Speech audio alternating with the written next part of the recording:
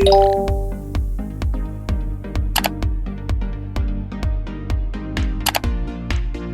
guys, welcome back to my channel. Today I'm going to be doing a makeup Q&A video. This has been really highly requested on my Instagram stories and stuff like that. I've had a lot of people asking me to do it. So I thought, why not get a bunch of questions that my followers have asked together and then just do a video on it. So grab a cup of tea. It's going to be a long one.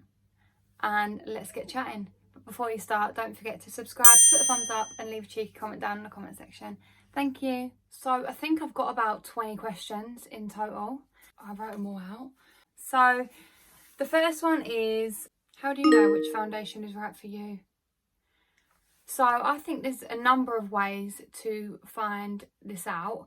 I mean, the main way I would say is if you kind of got an idea of what kind of skin type you've got, whether that's oily, dry skin or a combination of both, I think that will really give you an indication of which foundation to choose and which type of foundation to go for. So obviously if you have got oily skin, which mine is quite oily to be honest, then I do normally go for like a matte foundation, and then I'll make it glowy with all my products afterwards, such as highlighters and bronzers. But if you do have dry skin, then obviously go for more of an oily foundation, you know, to obviously not dry your skin out. You don't want dry skin, especially when you're having a full face of makeup. You want your skin to look amazing and you want your makeup to look amazing. So I think it really does depend on your skin type.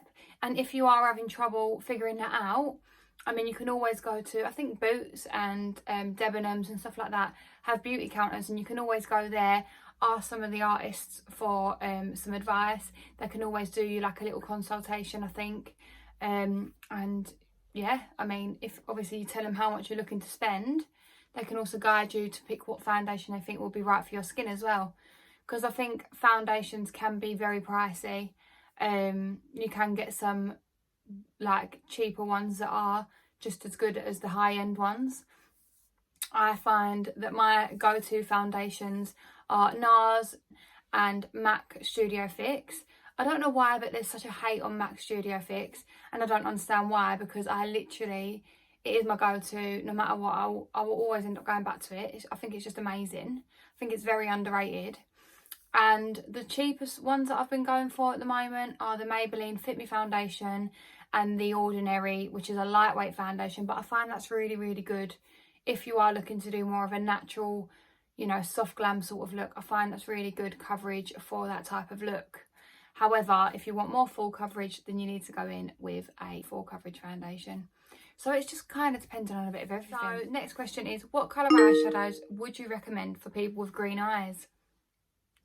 So I've got a few of my friends that have got green eyes actually, and I would say rose gold is a massive thumbs up for me. Like, especially a lot of my clients do like soft glam, so I feel like rose gold on green eyes is a banger. If you want to go a bit more brighter, I feel like reds and purples will also go really, really well. Do you remember your first makeup item? So I'm gonna go back like ages now. So when I was a kid, I don't know if you remember that thing, but it was called I don't know the name of it. Yeah, it was like a lip gloss or a lip balm thing, and it was like had like a ball on the end of it, and I can still remember putting it on my lips and feeling the texture. Lip Smacker. I think it's Lip Smacker. Google it. Tell me in the comments if you do not remember this product. You must remember it. I think you used to get it in magazines and stuff, like when I used to go shop with my mum. But they used to have them in there. And some like little eyeshadow things. But that was my first makeup thing. But then with regards, when I started doing makeup as a career, I'd say my first product that I did ever buy would have been a makeup eyeshadow palette from Lick and Lush Beauty. If you haven't got Lick and Lush Beauty palettes, then you need to get them. Literally, I think they're like £20–25 for a palette. And they were definitely my go-tos, especially when I was trying to build my kit up. Next one. So I've got a few of these, like different eye colours. So what makeup look would best suit brown eyes? To make them less dark and more bright. So I'd say with brown eyes, definitely gold. I feel like gold is a good one. Gold, rose gold, always go with any sort of eye colour, I think. Say green, like any sort of green. I feel like my friend's got brown eyes and she's had her makeup done green before, and it literally looks amazing.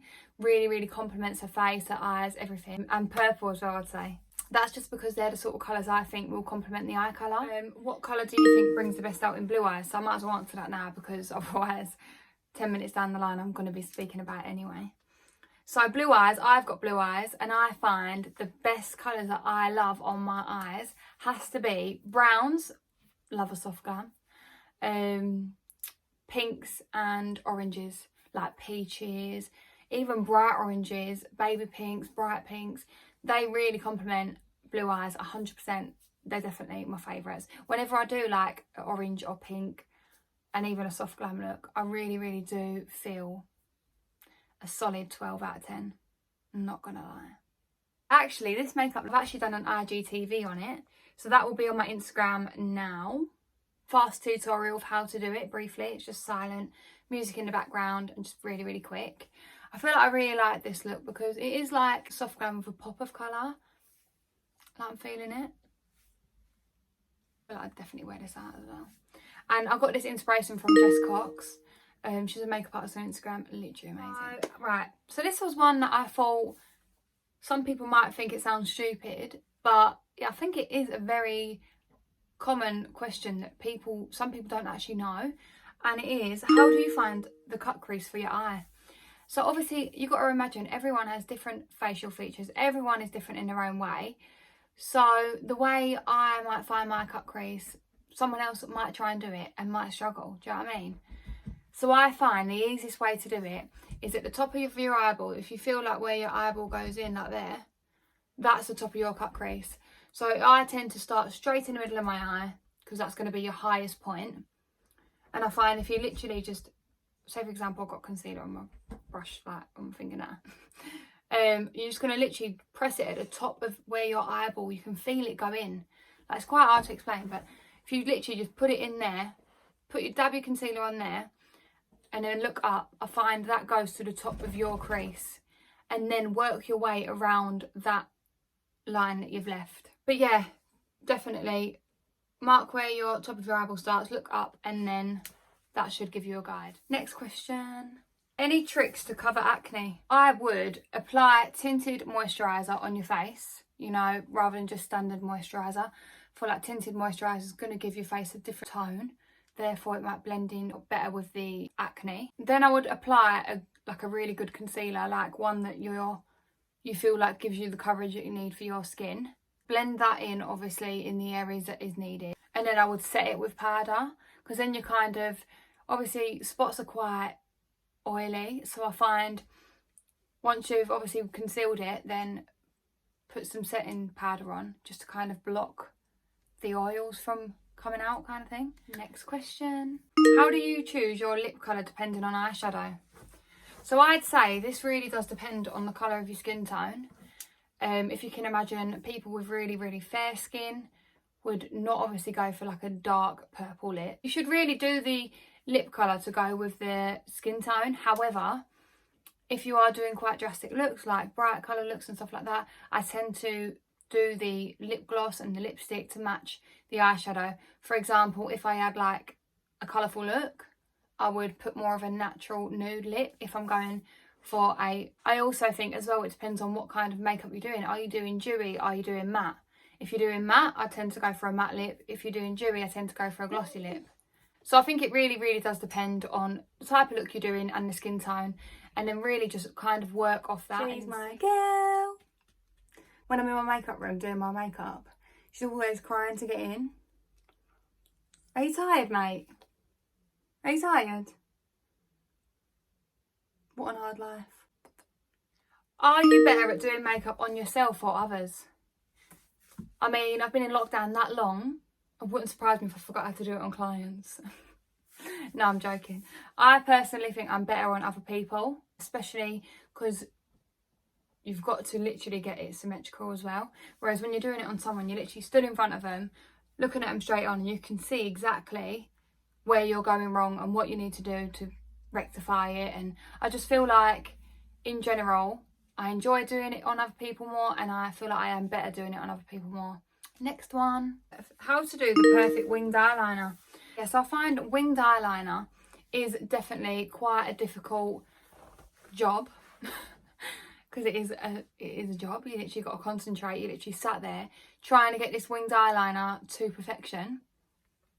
But I find the easiest way to try and perfect it is definitely practice. For starters, you need to practice. And secondly, I think the best way to do it is at the corner of your eye, draw a line with the winged eyeliner and then just drag it along. And you'll just find it just drags right into place. I've made that sound really, really easy, but practice makes perfect. Which look do you prefer to do on customers, natural or full glam? Definitely full glam. I'm a full glam kind of girl, and I think full glam is the way forward. I mean, it does depend on obviously the client, I suppose. But if it's, for example, like my friends and stuff like that, I would much rather go all out, full glam, highlighter everywhere, lashes, big lashes, brows, fleeky eye makeup and glossy lips, mate. But soft glam I do like on everyone as well. Do love a bit of soft glam, but I do enjoy full glam. I love full coverage. I love bronzer, highlighter, blusher, a lot of eye makeup, big lashes. Like, I will not go out on a girls' night without big lashes. Not happening. I need my lashes on because I want to feel like I'm going out at. I'm not just going to Asda. I'm going out at with the gals. So, it needs to be big. Next question. How do you get the flawless foundation look? What are the key steps? So this is a good one, I think. I think to get a flawless foundation look, I personally believe you need to have your skincare routine on point. Whether that's in the morning, but I feel like before I do my makeup, I always do my skincare. If I've already cleansed and exfoliated and toned in the morning, then what I'll do is I will moisturise with the right moisturiser, and then I will prime my face with a good primer that is right for my skin. I would then set it with some, which I have been using, the Vitamin E Hydrating Mist Spray. I feel like that really, really does your skin well. And then lip balm ready for my lips. So I think, yeah, skincare is a must. Your foundation will only look as good as the skin underneath. When you are applying your foundation, to not smother it all on and put loads on, but just put as much as you think you need, and if you do need more, then go in again and go in again, rather than putting loads on. And there's nothing worse than having a caked face of makeup and it just looking really ugh. How did you get the scar on your eyebrow? So I think someone's asked me this because I do actually talk about it a lot when I'm doing my tutorials, because when I'm doing my brows, the scar's there. You can't really see it because I've kind of hid it now. But at the beginning of my videos, you'll probably notice you can see it a bit more. But I do mention, oh, you know, my brow's a bit ruined because of it. I got this scar when I was about 6 or 7, I think I was. And me and my brother actually always laugh about this story because at the time, bearing in mind we was only kids, so we was petrified. So anyway, he took me to the park for our first time in taking me out on his own without an adult. My brother's older than me, by the way. So we was all excited, went to the park, literally only down the road, and I fell off a climbing frame and fell on a stick, and literally when I say, like from here, literally this had split here and it was hanging down, and I was like crying and crying, and my brother was like, what's happened? Like, thought I was being a drama queen. Obviously pulled my hand away and he said like there was literally blood everywhere, like horrendous. So yeah, anyway, long story short, I was in hospital, had an operation to stitch it back up. I was in hospital for ages, and then I had an eye patch over my eye. It was really red for like the first 5 or 6 years, and then it started fading, which it has started to fade now. So you can only really see it when I've just got nothing on really. Next one. How do you get your makeup to look dewy? So I always find that you should use a matte primer, believe it or not. A lot of people would go in with like an illuminating primer, but I find if you use a matte primer, then you're prepping your skin ready for the glow. So I'd use a matte primer, then I'd go in with a illuminating foundation, and possibly one that's lightweight as well.